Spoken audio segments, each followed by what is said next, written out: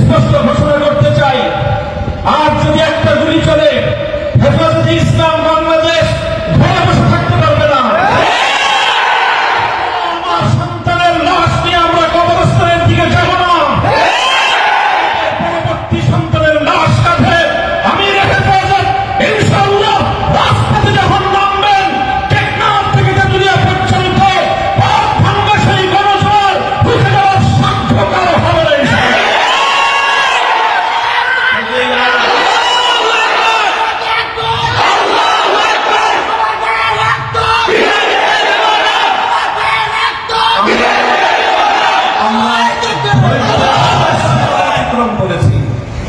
পরিস্থিতি এভাবে যদি চলতে থাকে, আর যদি আমাদের দেশের জনগণের নিরাপত্তার দায়িত্বে নিয়োজিত আইন শৃঙ্খলা রক্ষাকারী বাহিনী বুলেট যদি আর বন্দুকের নল থেকে আরেকটি বুলেট ছুড়ে, তাহলে বাংলাদেশের পরবর্তী গণ অভ্যুত্থান অবশ্যম্ভাবী হবে।